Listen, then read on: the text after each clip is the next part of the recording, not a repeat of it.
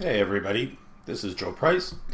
So in this video, I'm going to be showcasing my ultimate hard mode world. This is the world that I've been featuring in all my past videos whenever I showcase any new farms or any hoiktronics builds. So this is basically just a recap of most of what I've shown before, and a few new things as well. I want to do this because the 1.3 update is almost upon us, and likely there's going to be some significant changes to things. We're going to get a lot of new building materials, possibly new engineering materials as well, and we'll see. We'll see what sort of new and exciting things we'll get a chance to build. But for the time being, let's have a look around. All right, so first we'll start with the castle itself. So this is the front entrance, and there are lava pits on either side. We can deactuate the ground here if we wish to cross the lava pit, but I usually like to keep it in the actuated form just to kill off any mobs, such as that squirrel. During any invasions or blood moons or anything like that, there's a defense system that can be activated just by pulling the switch. It activates a crab statue. Crab is summoned, activates the spear traps in staggered fashion, and we get a chance to significantly improve our damage. Now, this is pretty good against solar eclipses and pirate invasions if we don't feel like moving to one of the farms away from the castle. Shutting it off, just pull the lever again. There we go. Now, just having a look up top at the castle itself. So we have residencies on the right here. They used to be all occupied by NPCs, although I've started shifting a lot of these NPCs to various hoiktronics builds that are powered by them, and we'll see them in action in just a moment. To the left, we have a little showcase area, just showcasing all the different statues that can be found in the world, and all the different jukeboxes that can be created as well. Up top, we have a small flower farm, and a pumpkin farm as well. So here's another showcase wing in this castle. This is for all the different armors, boss statues, and also different monster banners as well. The final major building in this castle is another showcase building. This is for all the paintings that can be found in the world, the different critters that can be captured. Up top, all the different weapons that can be collected or crafted. This, of course, will have to be expanded for the 1.3 update. Down below, we have some gold furniture here, some vanity items up top, and we can escape through this little trapdoor. So here's a little walkway in the castle interior region. And directly below is an indoor arena that can be used to fight various bosses. There's a little trapdoor that allows access to it. And this little arena, can have some fun with it. We can use the cannons, we can use teleporters for some evasion. There are heart and star statues that can be turned on. You can also turn on some traps here, like that. Alright, so directly below we have an artificial jungle biome, and above is a corruption biome. We also have a pretty big mushroom biome here as well to farm all the different mushrooms. Up top we have various liquid dispensaries and a much bigger farm here for all the different flowers. To collect all these mushrooms, it's all automated. Just pull this little switch, let the mushrooms fall to the bottom, and just pull the switch again to collect them all. Yeah, it's quite a bit, 371 mushrooms. Alright, up top, we have a workshop area. There's lots of raw materials that are packed into these chests, and we can use them to create all manner of things. Up here, we have a teleporter to a demon altar. This is also part of crafting, if we want to craft certain boss summons. We have a potion crafting area as well. This is designed to be very close to the flower farm, and also to all the different fishing pods. We'll just take a look at some of them here. They're all color-coded. For instance, this is the corruption pod that we have access to. And all of these have chests, and in the chests we have all the quest fish. They've been caught multiple times, just to make it much easier to complete all the quests. Here's another one, Pearlstone. Pearlstone below ground, and there's also above ground as well. Yeah, so pretty neat. We have instant access to all the different biomes, and thus access to all the different fish that we can fish up in the world. I put the guide here just so the guide is within close proximity to the workshop. In case I need reminding of how to synthesize certain things, the guide will help me out. Alright, so that's pretty much the castle area. Although the vast majority of the builds are actually some distance away from the castle, and they can all be reached through this teleporter hub. Now, I'm going to create an updated version of this hub, a much more efficient version, but I just didn't feel like changing it for this world. I'll be creating an entirely new world once the 1.3 update hits. So in the meantime, let's use this hub, and let's take a look at all the different features in this world. So first, I want to showcase some of the hoiktronics builds that have been added to this world that I featured in many previous videos. So if we bring up the B directory here, the first one is the 24-hour clock. And this is the very first hoiktronics build, major hoiktronics build that I've created. So yeah, let's check it out. Let's enter B1 here, and here we are.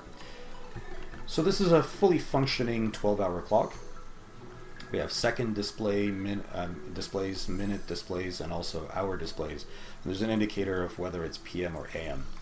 So right now it's shut off. We can actually set the time to whatever we want just by manipulating some of these switches. Like that. But to actually start the clock, we just need to turn on this 1-second timer.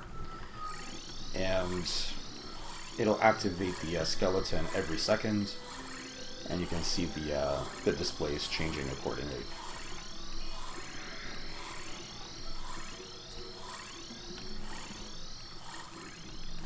Yeah, like that. Alright, let's shut this off, and let's check out some other builds. Alright, so the next entry here is B2, the passcode door.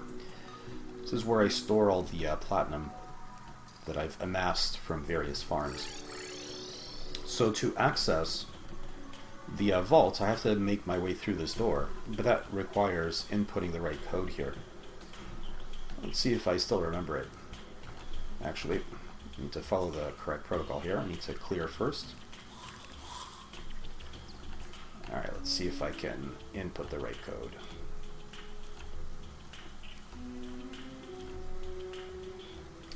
Once I input a 5-digit code, just need to press the enter button. Ah, looks like it opened up. I've got vault access, tons and tons of platinum stored here.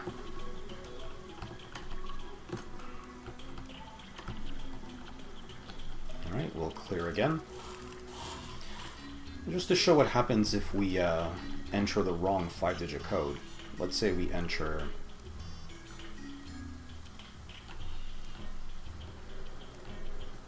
these 5 numbers. The order matters here. Yeah, we have the right light going on, and vault access is denied. If we input the wrong number 3 times, this will shut off and spiky balls will appear and we can die pretty quickly. So that's punishment for inputting the wrong code. Alright, let's check out some more builds. So next one on the list here is the Tracktronics Computer. This is a little bit different than hoiktronics builds in that it uses tracks, and it's the player that will be the signaling agent.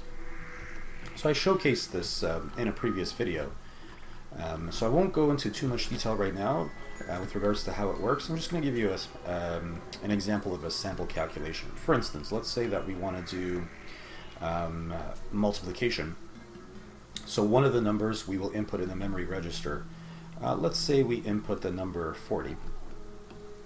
And over here, let's say we input the number 3 in this MQ register. So the multiplication will just involve multiplication of 40 by 3. Okay, so to run this program, just hop on this little track and pull the M lever, multiplication lever. Let's see what happens.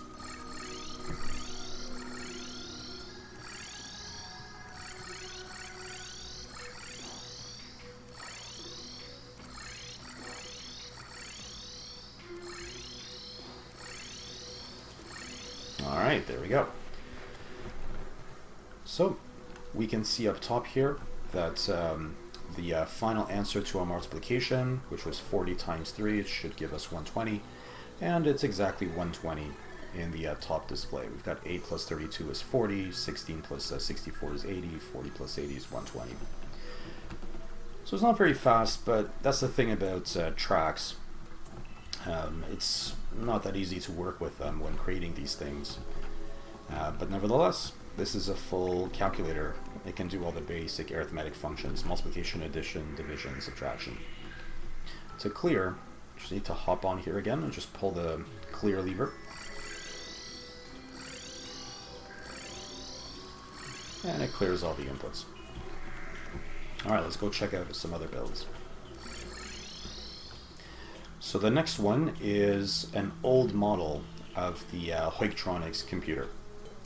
This is a much slower model, but it's kind of fun to watch. And it's got a really unique decimal display. So this is what this thing looks like. And to do multiplication, again, we can input some numbers into memory and the MQ register. So let's input 40 again, and this time we'll just multiply it by 2. Alright, so we should get 80 as our final answer. So let's see what happens.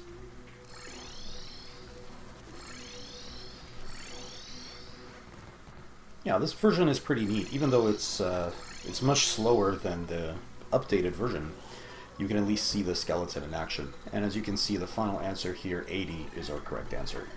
Now, if we want that translated into decimal, just pull this translate lever, and we'll watch the skeletons go into action. Let's take a look.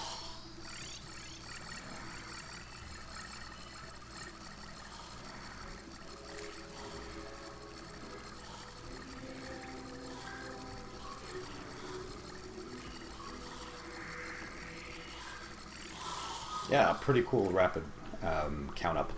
Alright, so there we go. We counted up all the way up to 80, and of course 80 was our correct answer. To reset this, just going to pull some levers.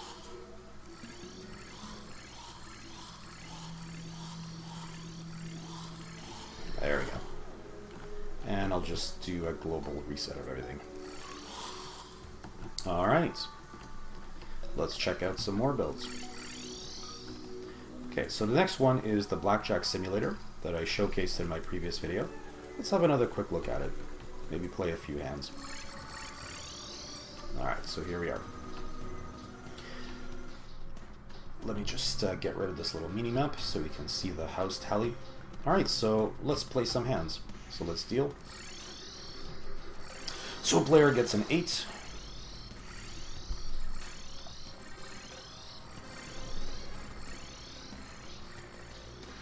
And the house gets a 5.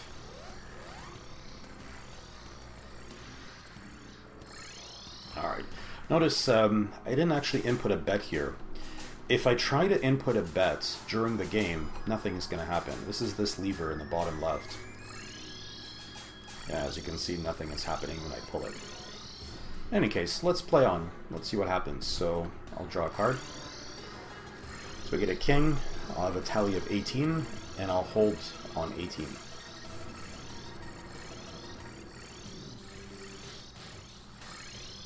Alright, so we'll pull hold, and we'll see what the house draws. So house gets a jack. And a house will draw again on 15. Alright, house busts. We win, but since we didn't bet, nothing gets added to our bank. Alright, so let's clear, and let's actually bet this time. Alright, so let's bet $20. Let's deal. So, player gets a 9.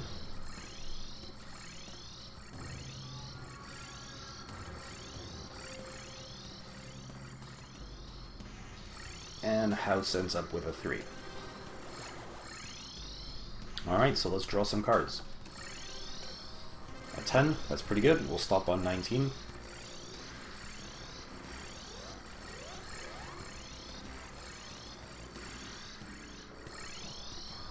Alright, so let's hold, and let's see what the house draws. House tally is 13 now.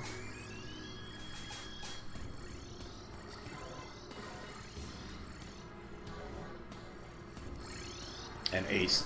So in this version of the game, aces are 11, so house busted there. We win. $20 got added to the bank. We're up to 70 bucks. Let's clear.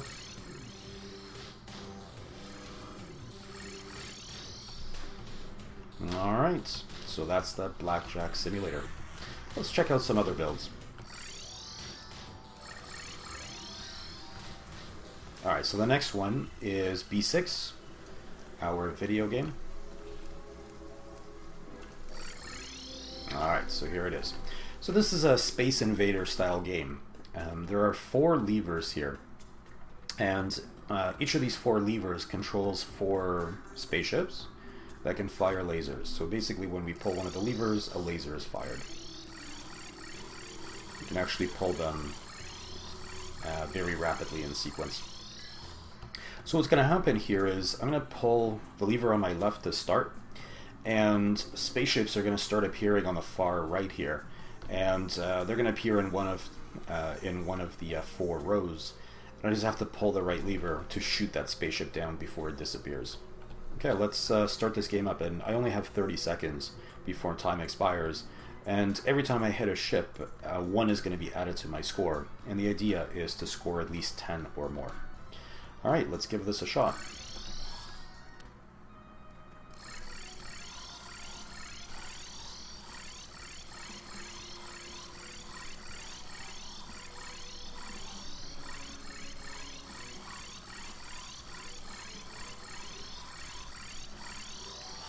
Yeah, there we go. Some of these spaceships disappear pretty quickly. Maybe I shouldn't fire so often. There we go. Yeah. So only managed to score 3 there. Let's try again.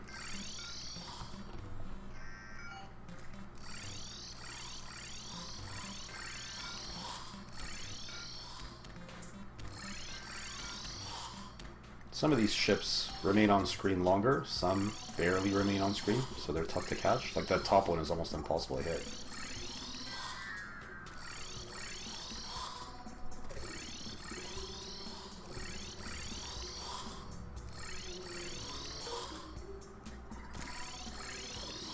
Alright, not bad.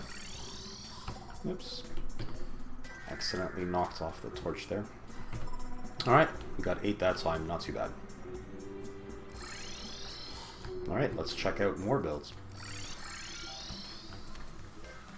Alright, so the next one will be B7, so this is the fully updated arithmetic logic unit, our calculator. Let's check it out. Alright, this is the much faster version from before. And one thing to note is the moment I enter, a skeleton appears at the bottom.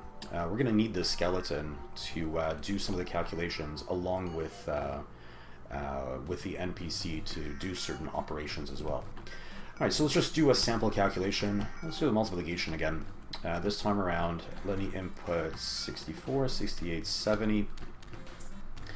And we'll multiply 70 by 5. So our final answer should be 350. Now let's see what happens when we pull the M lever multiplication.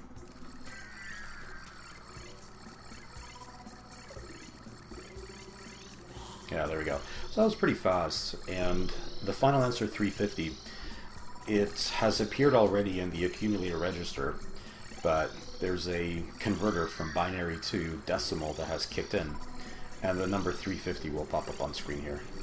Yeah, there we go. Yeah, so again, I showcased this build before, spent quite a bit of time explaining what's going on here, so I won't spend too much time in this video. This is just to showcase the build. And this is the clear lever. We'll clear all the inputs. Alright, let's go check out more things. Alright, so next one, B8. This is the jukebox. Let's go check this out. Alright, so here we go. So this jukebox, we have all possible jukeboxes here at the bottom, and we can pull any one of these levers to turn on any one of the jukeboxes. So let's suppose, I'll get rid of that guy. Let's suppose that we just turn on this one. Yeah, so we can listen to this music, enjoy the art as well. This is all of the art that you can find in the world. But we might also wish to listen to all the different tracks and turn on this automatic track changer. So that'll be the on button, but we first have to input a time between tracks. So for instance, if I input 10, that will mean that every 10 seconds the track is going to shift. So if I send this NPC into this mechanism that's really far away, it'll just change this track, like I said, every 10 seconds. Yeah, so they're just changed. Yeah, you can input the into this timer up to just under 2 minutes. So you can listen to each of the tracks for about 2 minutes, or up to 2 minutes.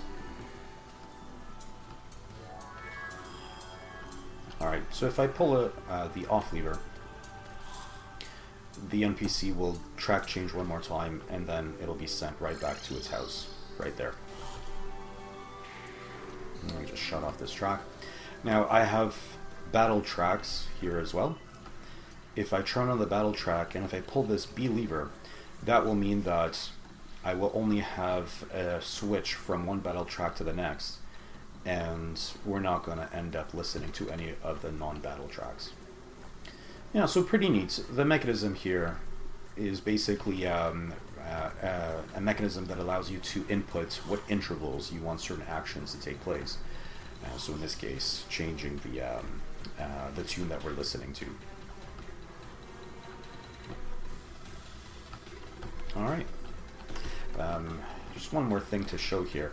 So there is an arena directly below. There's lots of hearts and star statues wired. So we can fight just about everything here while we are listening to all these different tracks.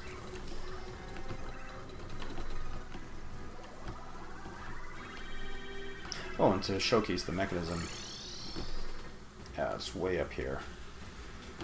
It's pretty far away from that jukebox. There's some teleporters here, and we don't want to be constantly listening to teleporters. Alright. So let's head back to home base. Alright, so the next thing to look at is the programmable passcode door. So entry B9 here. So this is another passcoded door to another vault containing tons of platinum. Yeah, so here we are. But the unique thing about this is that we can actually program a code. Yeah, so let's take a look. If I remember correctly, our code should be 913. And the code that we input actually appears on screen here. Yeah, that was the correct code. It opened the door. And we have access to the vaults.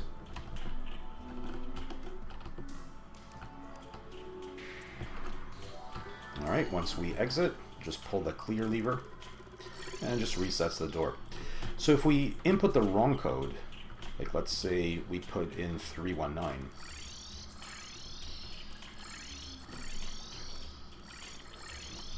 then a red light comes on and the door stays closed. If we want to reset the code, well, we pull the reset lever first, input the correct code, 913. This time the red light comes on, meaning we cleared that code from memory. Now, if we want to input a different code, we'll just pull R again. So let's say the new code is going to be 678 now.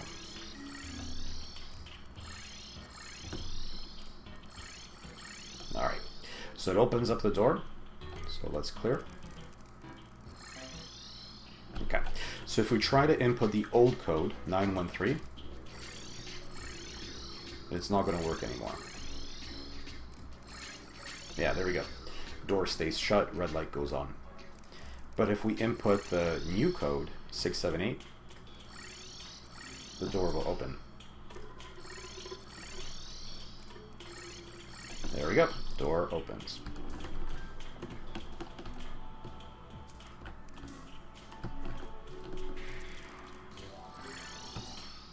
Alright. One more major Hoiktronics build to feature, and that's the slot machine. So that's entry B0. Let's go take a look.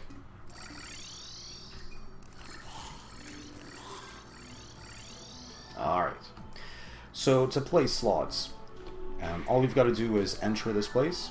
$21 immediately gets put on our account, and all we do is pull the lever. It'll randomize the 3 symbols directly above. If they don't match, $1 is taken off our bank total here.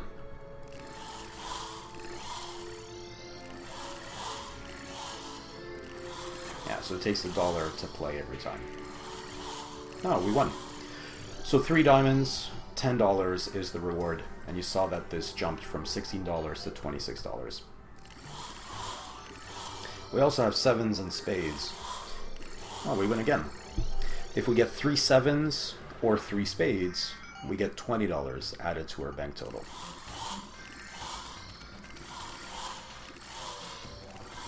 Yeah, so the objective here is to reach or exceed $100, and we get a nice little reward. There's a door here that will open up, that'll give us access to a chest, and it'll light up a number that we can use at the vault to gain access to all that platinum. I'll just try a few more pulls.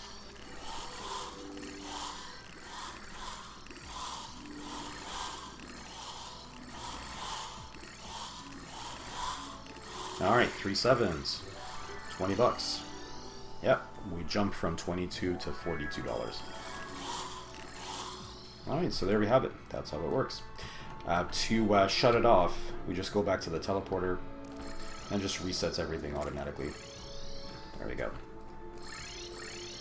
Alright, so those were all the major Hoiktronics builds that are featured in this world.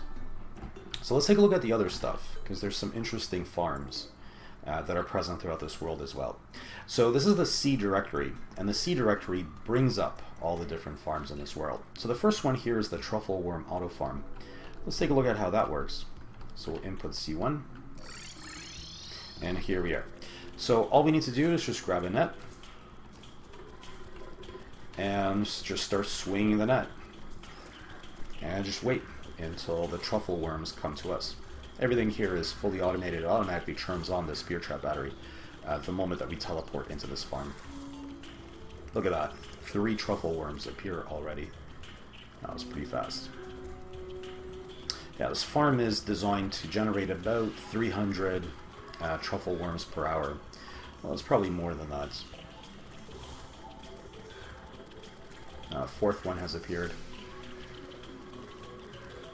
We'll just collect these 3, and then we'll teleport back.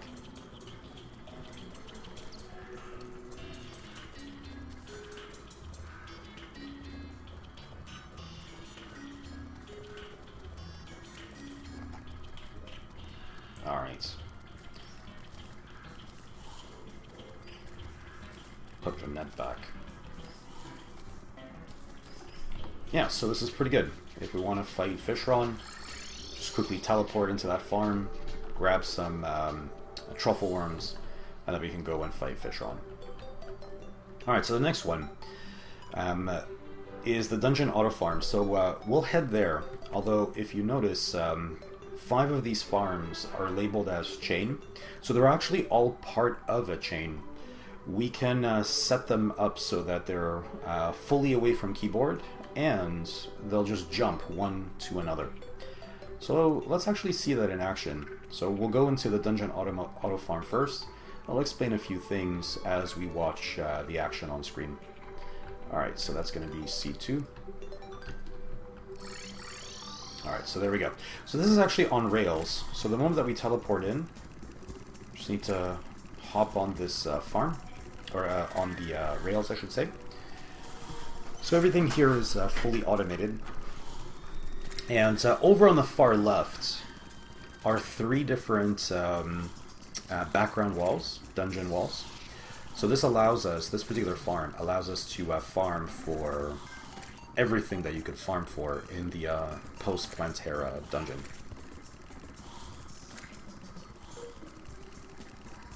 So every so often we'll be teleported into the collection track underneath, and if the chain auto farm is enabled, it will immediately teleport into the next farm. Now, whether or not we chain, it actually depends on this little switch. If I turn the switch on, the light indicator comes on. This means that chain auto farming has been enabled.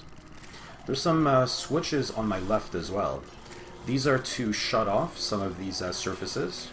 If we only want to farm dungeon mobs that are associated with one particular background wall, we can shut off a couple of them and farm exclusively those mobs that are associated with one specific background wall.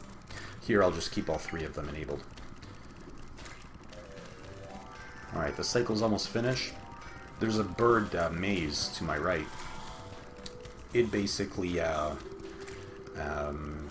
creates a set amount of time that we're going to be farming here before it sends us into the collection track below. Okay, we're about to be sent below. There we go. So we'll collect all the items. Oh, we're going a little bit too fast there. I should have slowed down a bit. No worries, though. This is all chain auto farming, so I'll pick up those drops the next time I head into that farm. So this next auto farm that I got chained into is the 5 surface auto farm. It switches among 5 surfaces. It's the surfaces that actually control what spawns. So this is basically a farm that allows us to farm for just about everything. Not only does it allow us to farm for the regular mob drops, but it also allows us to farm for the key molds, and it allows us to farm for both the Souls of Light and Souls of Dark. Souls of Night, I should say. Yeah, so it'll cycle like this for a while, until we end up taking the top path, in which case we'll end up getting chained into the next auto farming sequence.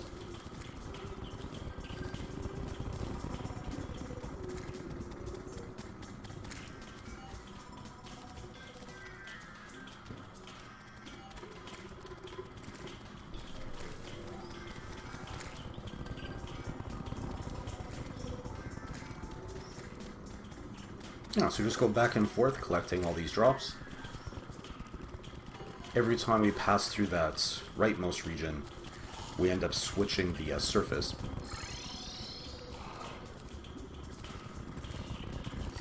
And here we go. We finally end up in the top track. And get chained into the next farm.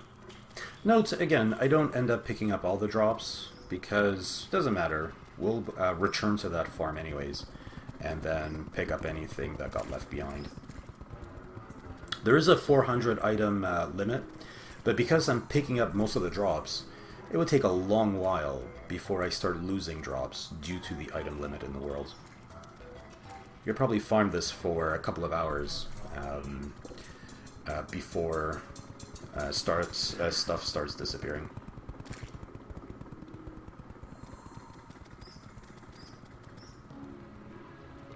Yeah, so this Underworld farm, it can also double as a farm for the Wall of Flesh. You can see up top, there's already a voodoo doll that has dropped.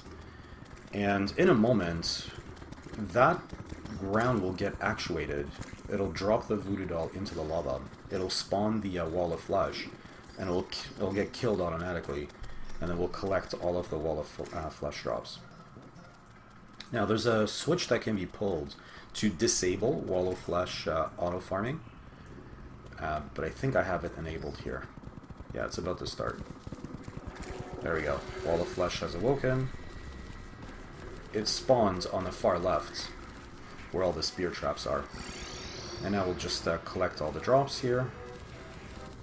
And we'll collect the Wall of Flesh drops as well. There we go. Alright, so on to the next auto farm.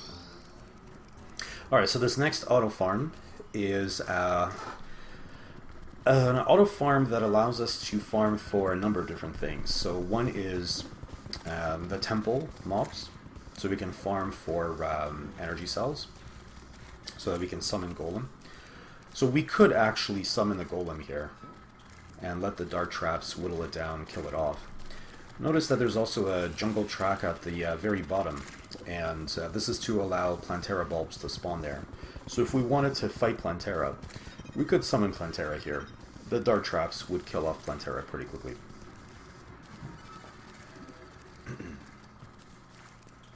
Yeah, so there's heart statues here, just to replenish our health, because we would take some damage from the golem if we summoned it.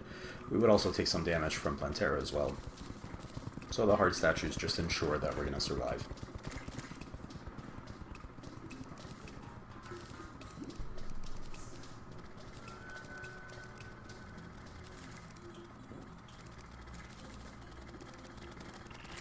Yeah, most of these farms in the chain system, the player moves back and forth on the rails about 3 times before shutting off that farm and then moving on to the next one. I think this might be our final pass. Now the guide has arrived. If we were to continue with that farm in the Underworld, every time the guide respawns, we'll have an opportunity to farm another Wall of Flesh. So it's an automatic Wall of Flesh farm.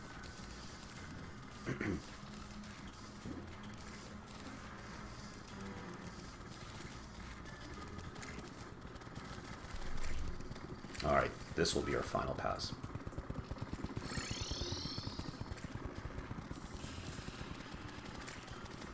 Yeah, this has been precisely engineered to collect all of the soul drops. Shut off all the traps. And now we're at the surface auto farm. So this surface auto farm allows us to farm some of the mobs that end up spawning whenever there's any kind of desert. This is also in the ocean biome, which means that we can farm for treasure maps here, or pirate maps I should say. And as I go back and forth, you'll notice that there's a little NPC house. So I can activate that king statue. And the whole idea here is that we can do the pirate invasion in this surface auto farm. The pirates will only spawn if there's an NPC nearby. So if we summon one NPC, that's good enough.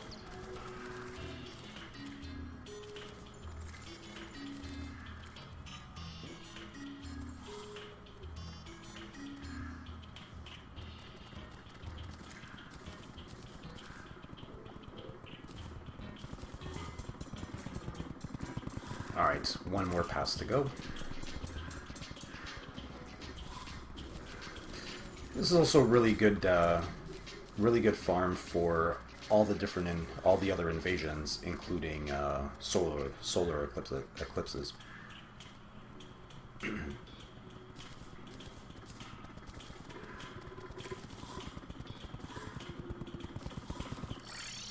Alright, there we go. So we're right back to where we started. And yeah, it'll just cycle like that.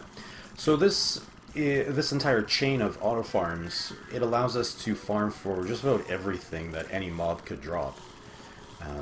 So really neat to watch this in action, and also just to collect some random drops. If we take a look at what we've amassed so far, it's a nice variety of items. Alright, so let's get out of here. Let's turn off the chaining first. Oh. My bad. I had that equipped. Let me just go back there. Oh. Wrong place. C2. There we go. So I'm just going to shut off the chaining. and yeah, return back to home base. There we go. Alright, so let's see what other auto farms are present here. Alright, so we've looked at all of the farms from C2 up to C6. So the next one here is C7. Let's take a look at what that has. Alright. So this is 3 farms in one. This is a Chlorophyte farm. We can mine this out and just put in a fresh layer of mud. We have mud in one of these chests. And if we're trying to grow Chlorophyte ore in the cavern layer or Underworld, then we're limited to just 24 blocks every 38 tiles. That's why they're spaced out so much. And yeah, we could mine these out if we needed some Chlorophyte ore. Yeah, some of it is still growing. Also, directly above us, we have an opportunity to farm the crystal shards. Crystal shards are really worthwhile to farm because we'll be able to create some really powerful bullets with them. Now for automatic collection, just pull this lever.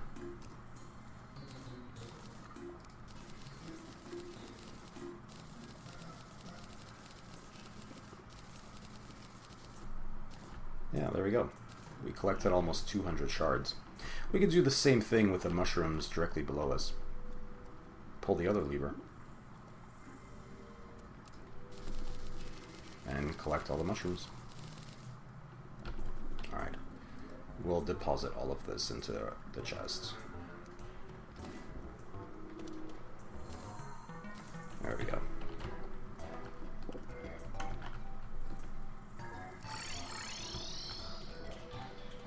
Alright. The next farm here, the bait farm, didn't actually work out very well in hard mode. So we'll just have a very, very quick look at what this bait farm looks like. This is specifically for glowing snails. But glowing snails die way too quickly in hard mode, so it's really hard to collect them. In pre-hard mode, this is a really, really good bait farm. Allows for collection of more than 300 baits per hour. Yeah, so it didn't work out very well. I decided to still keep it in the hard mode world because it looks kind of neat.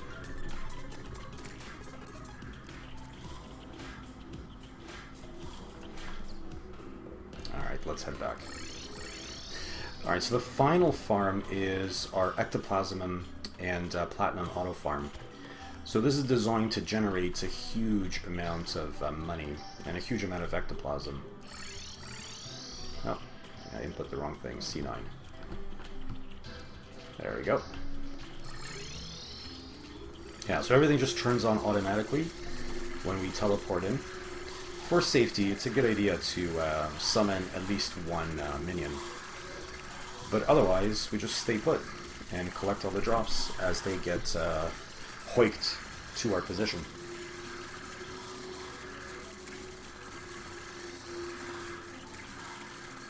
Now we'll let this go for a little bit, just to see what sort of other drops we can get here.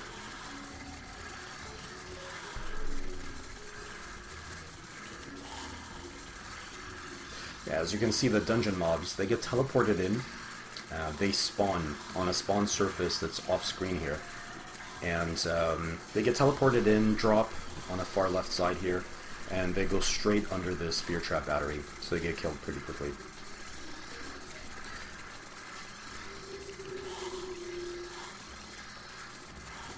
Yeah, anything that gets dropped into the hoik system below, and it just gets hoiked to player position.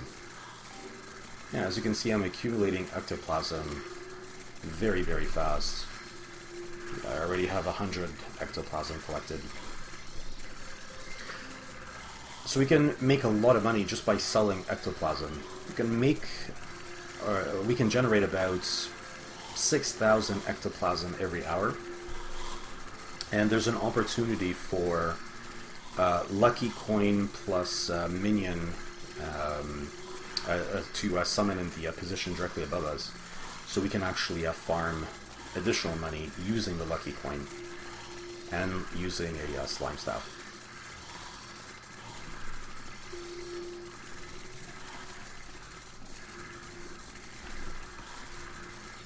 Alright, so there we go. I'll teleport back. And we can go and sell everything off here. I'll just sell everything from inventory.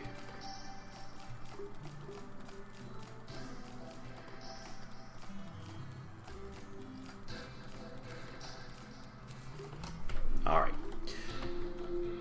So the final major thing to look at are all the different boss autofarms and semi-autofarms. So that's the A directory. So let's take a look at some of these. So the first one, A1. Let's take a look. So this is one of the earlier autofarms that I designed.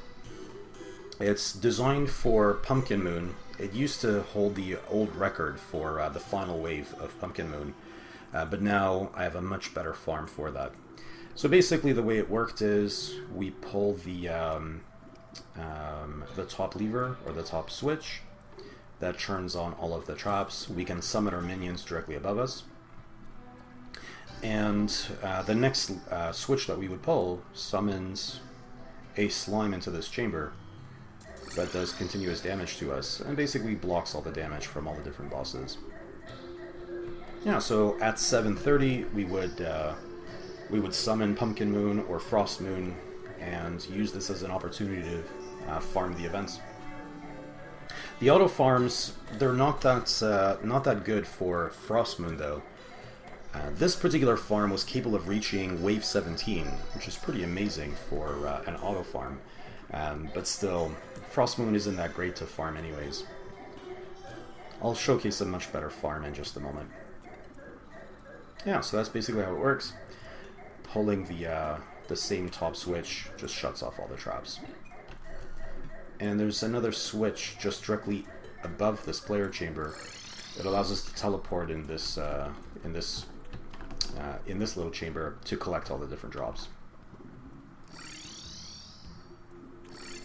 Alright. So the next one here is the Horseman's Blade Auto Farm. So this is the major farm against Frost Moon. Yeah, I showcased this before. So basically the way it works is we'll pull one switch to get the whole thing going. It'll activate this band statue, it'll pass over all of these different pressure plates, send the NPC to an engine that's way off screen, and it'll just start summoning the minions here. And if I have a Horseman's Blade, I'll just continuously swing it, hit the mobs, and just generate tons and tons of pumpkins.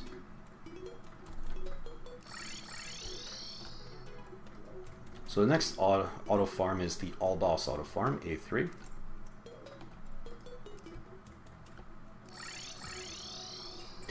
So this is in the Underworld, and this is for the summoning and fighting of all 13 bosses in Terraria, pre-hard mode and hard mode. I don't want to engage this now because I need a lot of equipment to summon everything. The next one is the hard mode boss Autofarm. So this is just for the farming of the 6 hard mode bosses. There it is. So this is a pretty big auto farm. It features a teleportation system that will just basically teleport the player among 3 teleporters. And there are heart statues at each teleporter to replenish health. Tons of spear traps to kill off the bosses.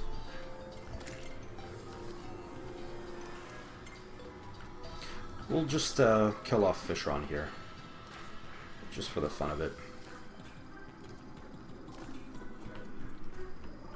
Yeah, so basically, as soon as Fishron is summoned, we'll jump into this teleporter and just will initiate the entire auto farming automatically.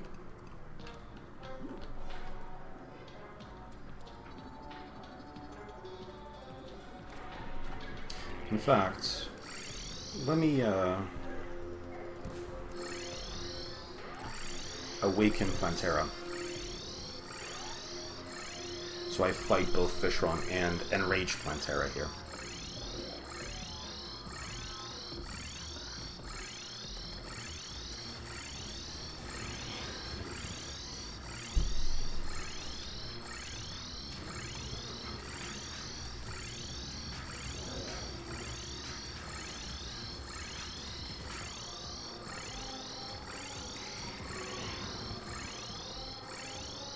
Normally takes about a couple of minutes if I'm wearing full crit gear. My critical chance is about 50% now, I think, so it'll take a little bit longer for the spear traps to kill off both of these bosses. Now, as you can see me taking some hits from both Plantera and Fishron, but the heart statues keep my life replenished.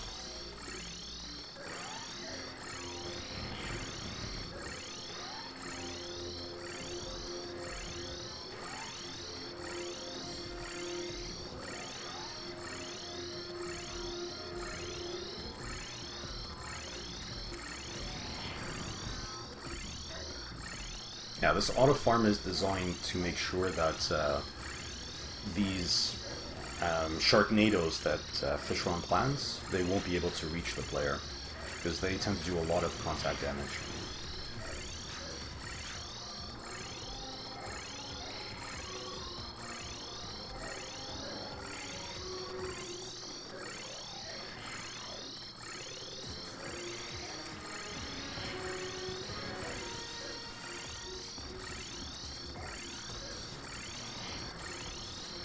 Alright, Fishron is in a second phase now. Almost dead.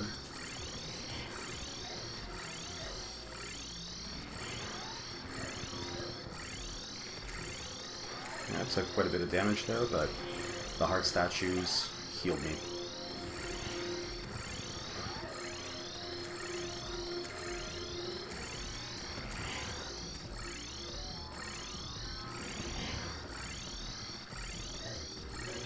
You can see that Sharknado is almost hitting me, but not quite.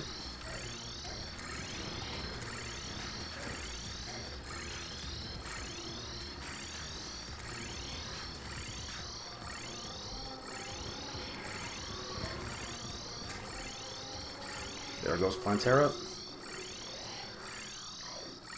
And Fishron should die pretty soon.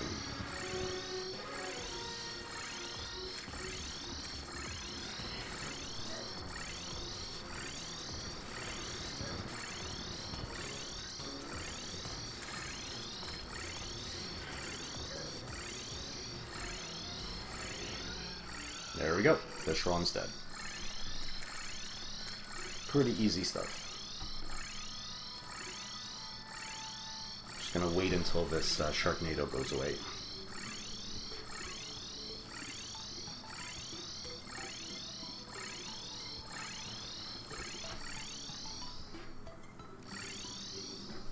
Alright.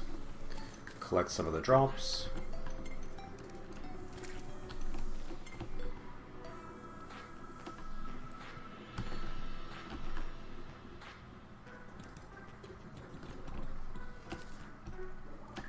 Alright, there we have it.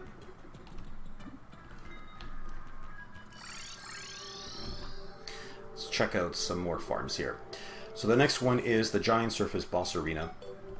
So that's A5.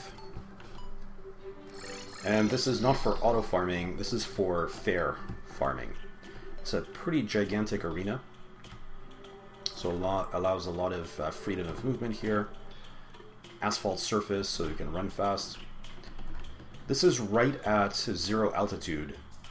Directly below the asphalt surface is jungle grass, which means that the bulbs can spawn there. And very soon after I built this thing, 2 bulbs popped up within about a half an hour or so. Yeah, so they can be used to summon Plantera and fight and rage Plantera. So all 6 hard mode bosses can be fought here simultaneously.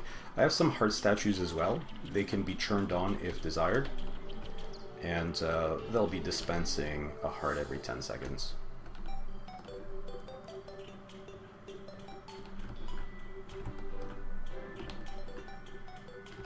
Alright.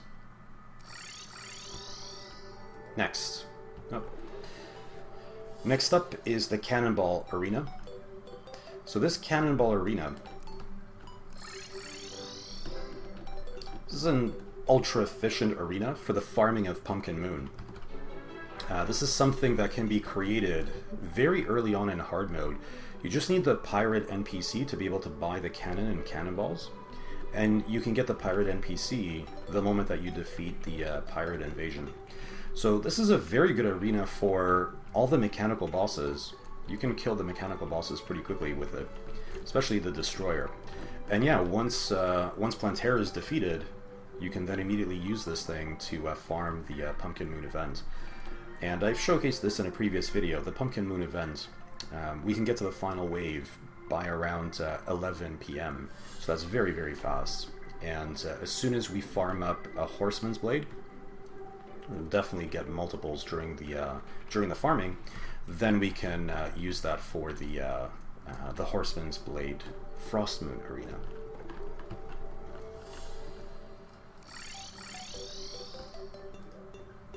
Alright, so the last two farms are among the best farms that I've built here.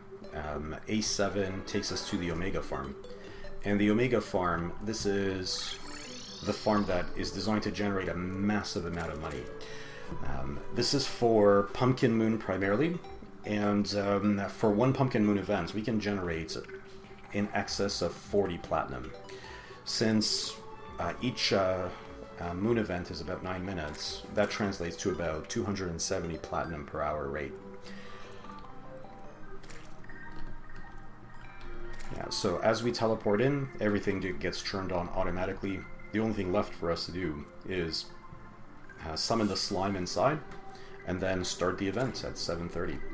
The chamber directly above, it's to summon the minions there, because they'll be doing most of the damage against all the different bosses. Alright, so let's check out one final arena here. That's the Ultimate Arena, code A8. So this is the arena where we can either do AFK fighting or just regular fighting. And this is for everything. All invasions, bosses, moon events, so on and so forth. So we're just going to need some equipment. We'll need Heart Reach potions. I'll consume one already. We'll need to equip the Celestial Emblem if we're going to use magic weapons.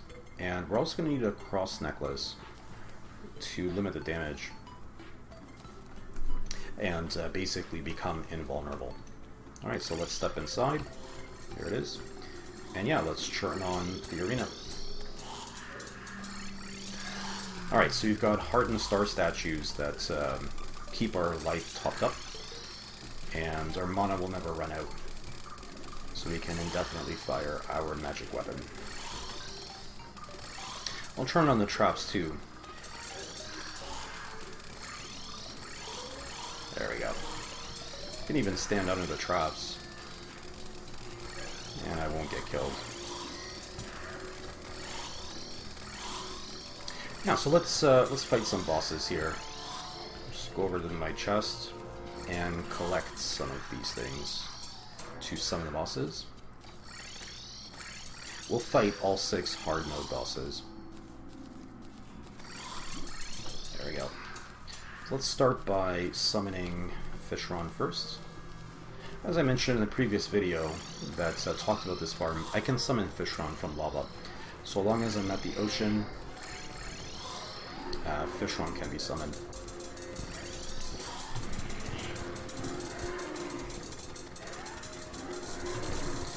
Alright, so let's take them down with the Blizzard Staff.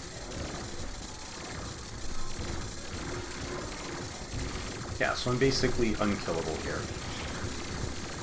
I take a lot of damage, but most of my life is replenished. I can kill these some of these bosses very quickly.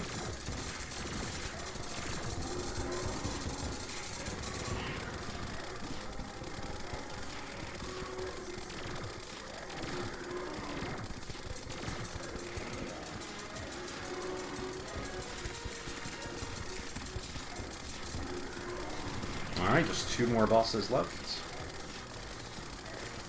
Got Enraged Plantera and Fishron.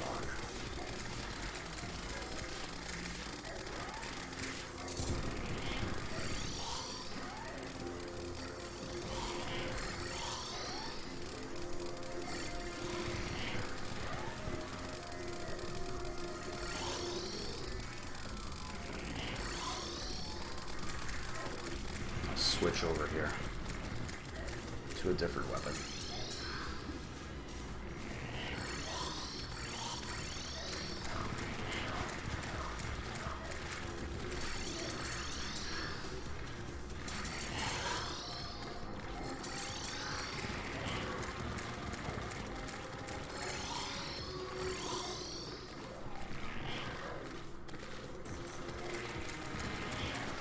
There we go. Fish one's dead.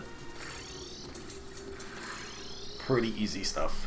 Killed the bosses really quickly, and never came close to dying because of this constant replenishment of life, 120 per second.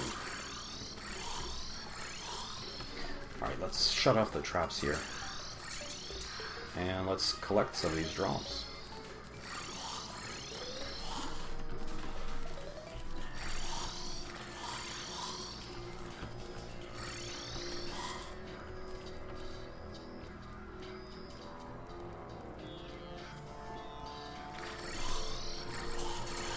So there we go.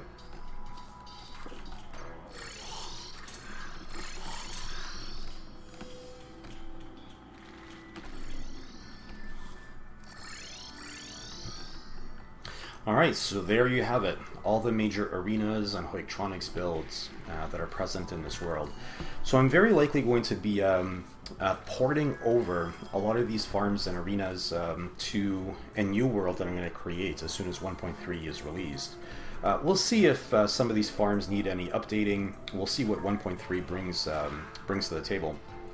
Although I suspect that many of these arenas will work exactly as they're working now. We'll see what the situation is also going to be with regards to hoiks and hoiktronics specifically. I'm really hoping for multiple wire colors beyond the 3 that we have now. That will definitely enable a whole set of new builds. So in any case, I hope you enjoyed this video. I know it was a bit long, but hey, there was a lot of stuff to look at in this world. And as always, feel free to download this Ultimate Hard Mode World, have some fun with some of these arenas and hoiktronics builds. And very likely the next video I'm going to put out will feature some of the new 1.3 content. 1.3 is, I think, 9 days away at the time of shooting this video.